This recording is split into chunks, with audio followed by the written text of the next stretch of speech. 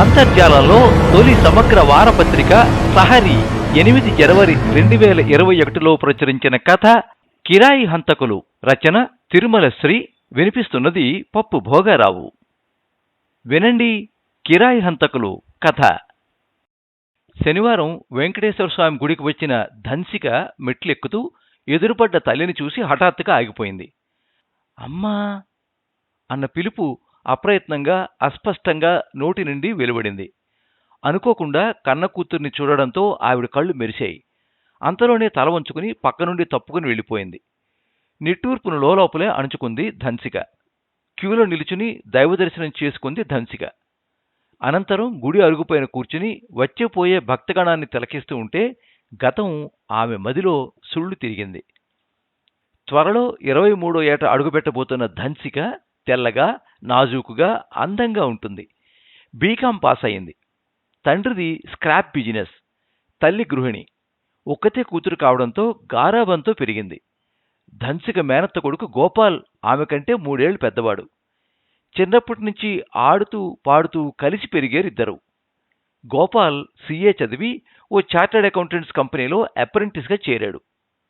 Dhansika degree చదువుతూ ఉండగా ఎలా పరిచయం అయిందో ఓ ఆటో మెకానిక్తో పరిచయం అయింది ఆమెకు. హరి ఆమె కంటే 5 ఏళ్లు పెద్దవాడు. అథ్లెటిక్ బాడీ, చామన ఛాయ్ అయినా ఎత్తుగా, హ్యాండ్సమ్గా ఉంటాడు. ఓ ఆటోమొబైల్ వర్క్షాప్లో మెకానిక్గా పనిచేస్తున్నాడు. అతని ప్రేమలో పడిపోయింది ధన్సిక. హరిని తప్ప వేరెవరిని పెళ్లాడనన్న కూతురి చెంప పగలగొట్టాడు ధన్సిక తండ్రి. చిన్నప్పటినుంచి అనుకున్న బంగారు భవిష్యత్తు ఉన్న మేనల్లుడిని కాదని ఓ మెకానిక్ని కూతురు పెళ్లాడతాననడం అతనికి బృంగుడు పడలేదు. హరిని కలవడానికి వీల్లేదని ఆంక్షలు పెట్టాడు. గోపాల్తో వివాహానికి ఏర్పాట్లు ఆరంభించాడు. ఫలితంగా ఓ అశుభరాత్రి హరితో ఇంటి నుండి లేచిపోయింది ధన్సిక. కుటుంబ పరువు తీసిందన్న ఆగ్రహంతో కూతురికి బతికొండగానే తిరోధకాలు అర్పించాడు తండ్రి. ఆమె ఎప్పుడైనా ఎక్కడైనా తారసపడినా ఎవరూ మాట్లాడరాదని ఆంక్షలు విధించాడు. అందుకే భర్త మాటను జవదాటలేక తల వంచుకుని వెళ్ళిపోయింది ఆ తల్లి. పని చేసేటప్పుడు వర్కింగ్ క్లోత్స్ ధరించినా మిగతా వేళల్లో నీట్గా డ్రెస్ చేసుకుంటాడు హరి. భార్యను ఎక్కడో ఒక చోటకు ఔటింగ్కి తీసుకువెళ్తూ ఉంటాడు. బాగా ఖర్చు చేస్తాడు. కానీ ఏకైక వారసురాలిగా తండ్రి ఆస్తిని రాబట్టుకునేందుకు ప్రయత్నించమంటూ ఆమెను ఒత్తిడి చేయసాగాడు. లీగల్ నోటీస్ ఇవ్వమని వేధిస్తాడు. అందుకు ఆమె సస్యమిరా అనడంతో శివమెత్తుతాడు.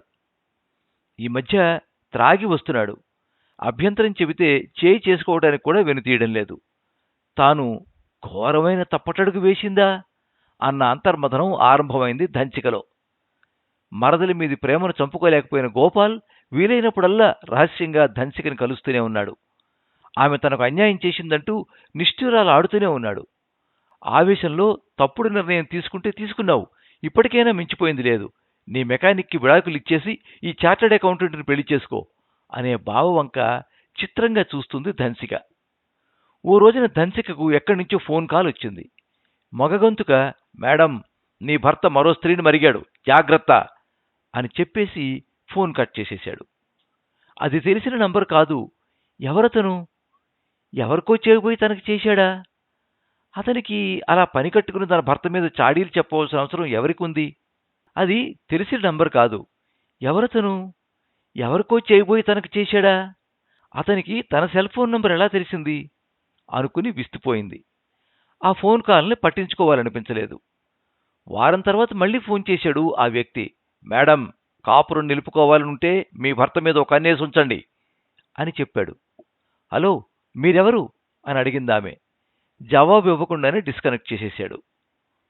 అదే గొంతుక నోటికి ఏదో అడ్డు పెట్టుకుని మాట్లాడుతున్నట్టు అనిపించింది. అలా పని కట్టుకుని తన భర్త మీద చాడీలు చెప్పవలసిన అవసరం ఎవరికి ఉంటుంది? అతను చెప్పేది ఎంతవరకు నిజం? అసలు ఎవరా వ్యక్తి? తీవ్ర ఆలోచనలో పడింది. ఆమె అనుమానపు ముళ్ళు గోపాల్ వైపు మొగ్గింది. ఛ, బావా అలాంటి చీప్ ట్రిక్స్ ప్లే చేస్తాడనుకోను అనుకుంది అంతలోనే. ఆ రెండవ కాల్ తర్వాత ఒకటేమిటి 2 కళ్ళు వేసి ఉంచింది ధన్సిక భర్త మీద. అతని ప్రవర్తనలో ప్రత్యేకమైన మార్పేమీ కనిపించలేదు.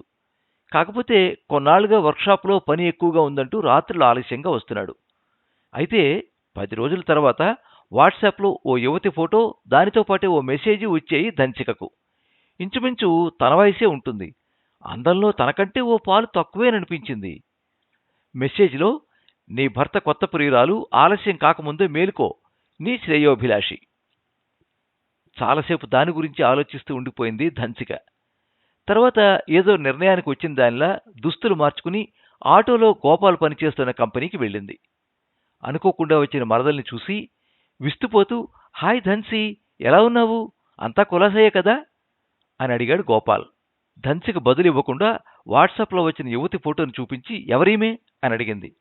ఫోటో వంక తేరిపార చూసి, ఎవరి అమ్మాయి అని ఎదురు ప్రశ్నించాడు అతను. అతని కళ్ళలోకి సూటిగా చూస్తూ, ఈమె ఎవరో నీకు తెలియదా అంది. తెలియదే, ఎప్పుడూ చూడలేదు కూడాను అన్నాడు మెసేజ్ చూసి తెల్లబోతూ. ఏమిటిదంతా అని అడిగాడు. జరిగిందంతా చెప్పింది. ధన్సీ, ఆ శ్రేయోభిలాషి ఎవరో మనకు తెలియకపోవచ్చును, కానీ ఎవరూ పని కట్టుకుని నీ భర్త మీద లేనిపోయిన అభాండాలు వేస్తారనుకోను. ఎందుకైనా మంచిది, నీ జాగ్రత్తలో నువ్వు ఉండు అంటూ సలహా ఇచ్చాడు గోపాల్. ధన్సిక స్నేహితురాలు శృతి సిటీలోనే ఉంటుంది. ఆమె భర్తకు రియల్ ఎస్టేట్ బిజినెస్ ఉంది. ధన్సిక ఇంటి నుండి లేచి వచ్చేసినప్పుడు ఆమెకు అండగా నిలిచింది ఆ స్నేహితురాలు. హరితో పెళ్ళయ్యేంత వరకు ధన్సికను తనింట్లోనే ఉంచుకుంది. ధన్సిక స్నేహితురాలింటికి వెళ్ళింది. ఆమెను సాదరంగా ఆహ్వానించింది శృతి. రావే, ఎలా ఉంది నీ కాపురం అంటూ పరామర్శించింది. తనకు వచ్చిన ఫోన్ కాల్స్ గురించి, వాట్సాప్ మెసేజ్ గురించి చెప్పి ఆ యువతి ఫోటో చూపించింది. శృతి విస్తుపోతూ స్నేహితురాలు కాపురం గురించి ఆరా తీసింది. స్నేహితురాలిద్దరూ చాలాసేపు ఆలోచిస్తూ ఉండిపోయారు. ఎంత ప్రేమించి పెళ్లాడిన వాడైనా మగాడు మగాడే, భ్రమరం లాంటివాడు, పూర్తిగా నమ్మలేం అంది శృతి సాలోచనగా. బేలగా చూసింది ధన్సిక. డోంట్ వర్రీ, ఆ యువతి వివరాలు పంపించమని ఆ శ్రేయోభిలాషికి మెసేజ్ పంపించుదాం అంది శృతి. ధన్సిక మెసేజ్ పంపించింది, కానీ జవాబు రాలేదు. ఓ రోజున ధన్సిక కూరగాయల కోసం ఫ్రెష్కి వెళ్ళొస్తుంటే ఎవరో వ్యక్తి తనను వెంబడిస్తున్నట్టు అనిపించింది. నడక వేగం పెంచింది. ఇంటిని చేరుకున్నాక చటుక్కున ఆగి చెరచెర అతని వద్దకు వెళ్ళింది. ఎవరు నువ్వు, ఎందుకు నన్ను వెంబడిస్తున్నావు అంటూ నిలదీసింది. 40 ఏళ్లుంటాయి అతనికి. మేడం, మీతో మాట్లాడాలి, లోపలికి వెళదామా అన్నాడతను మృదువుగా. మీకు ఫోన్ చేసింది, మెసేజ్ పంపించింది నేనే అన్నాడు. ఓ క్షణం ఆలోచించి మౌనంగా తాళం తీసి లోపలికి నడిచిందామె. అతని పేరు నరేంద్ర. అతని కజిన్ పద్మినికి 2 ఏళ్ల క్రితం ఓ బిజినెస్ మ్యాన్తో వివాహం అయింది. 6 నెలల క్రితం ఓ రోడ్ యాక్సిడెంట్లో పోయాడతను. అంతకు మునుపు నుంచి పద్మినితో పరిచయం పెంచుకున్న హరి భర్త పోగానే ఆమెకు బాగా చేరువయ్యాడు. ఆమెను పెళ్లాడి భర్త ద్వారా సంక్రమించిన ఆమె కోట్ల ఆస్తికి అధిపతి కావాలన్నది అతని దురాలోచన. అందుకే తనకు పెళ్లైన సంగతిని పద్మిని నుండి దాచిపెట్టాడు. ధన్సికను వదిలించుకుని పద్మినిని పెళ్లాడాలన్న ప్లాన్లో ఉన్నాడు. పద్మిని భర్త మరణం వెనుక అతని హస్తం ఉందన్న అనుమానం ఉంది. పద్మినిని అతని ప్రభావం నుండి తప్పించాలని ప్రయత్నించి విఫలమయ్యారు కుటుంబ సభ్యులు. అందుకే ధన్సిక గురించి తెలుసుకుని ఆమెకు నిజం చెప్పి ఆమె కాపురాన్ని, పద్మినిని కాపాడాలని ప్రయత్నిస్తున్నారు. నిశ్చేష్టురాలైంది ధన్సిక. మెదడు ముద్దుబారిపోవడంతో అతను వెళ్లిన చాలాసేపటి వరకు కొయ్యబొమ్మలా ఉండిపోయింది. అది జరిగిన 4 రోజులకు హరి దగ్గర పనిచేసే కుర్రాడు కాసిం వచ్చి ధన్సిక కాళ్ల మీద పడి బోరుడు ఏడ్చేశాడు. 16 ఏళ్లుంటాయి వాడికి.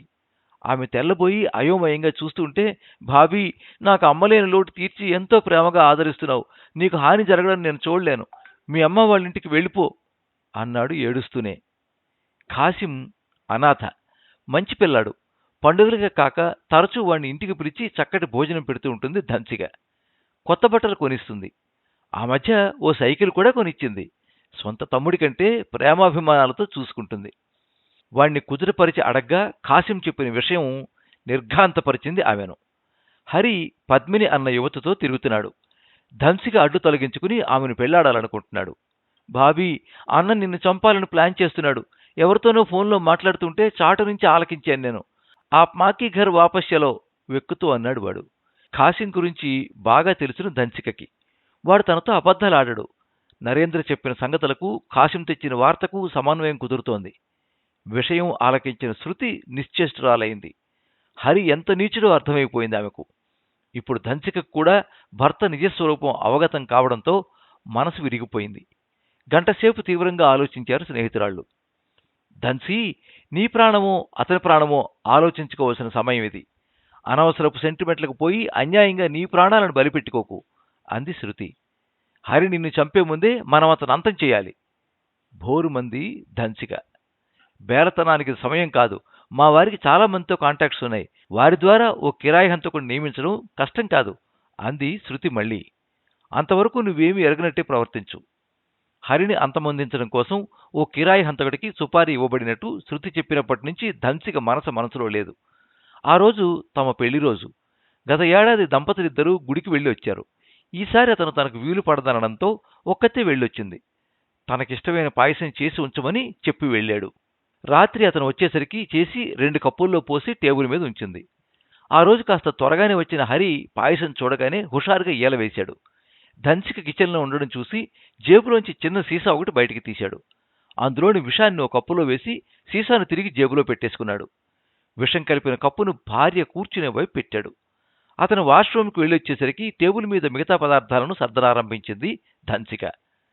భోంచేస్తూ అతను ఏవేవో కబుర్లు చెబుతున్నాడే కానీ ఆమె మాత్రం అన్యమనస్కంగానే ఉండిపోయింది. చివరగా పాయసం వంతు వచ్చింది. ధన్సిక పాయసం నోటి దగ్గర పెట్టుకునేంతలో సెల్ ఫోన్ మ్రోగింది. కప్పు పక్కన పెట్టి ఫోన్ అందుకుందామే. ఫోన్లో శృతి. ధన్సి, తెలియకుండానే ఓ బ్లండర్ జరిగిపోయిందే. మీ ఆయన్ని చంపడానికి సుపారీ ఇచ్చిన కిరాయి హంతకుడు వేరెవరో కాదు, నీ భర్త హరి. అదే అతని అసలు వృత్తి. మెకానిక్ అన్నది పై కవరు. ఆ సంగతి ఇప్పుడే తెలిసింది. నువ్వు వెంటనే బట్టలు సర్దుకుని అతను వచ్చేలోపునే మా ఇంటికి వచ్చేయి.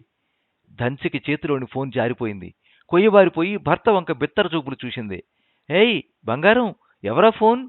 ముందు పాయసం త్రాగు అంటూ తాను త్రాగనారంభించాడు హరి. అంతే, సెకన్లలో విలవిల కొట్టుకుంటూ కుర్చీలో వాలిపోయాడు. క్షణంలో ప్రాణం పోయింది. ధన్సిక షాక్ ఇనుమడించింది. ఇంతకు జరిగింది ఏంటంటే అతను ఆమె పాయసంలో విషం కలిపి వెళ్ళాడు. ఆమె టేబుల్ మీద పదార్థాలను సర్దేటప్పుడు నీళ్ల గ్లాస్ పడి టేబుల్ అంతా వలకడంతో అన్నిటినీ పక్కకి తీసి టేబుల్ తుడిచింది. తిరిగి సర్దడంలో పాయసం కప్పులు చోట్లు మారిపోయాయి.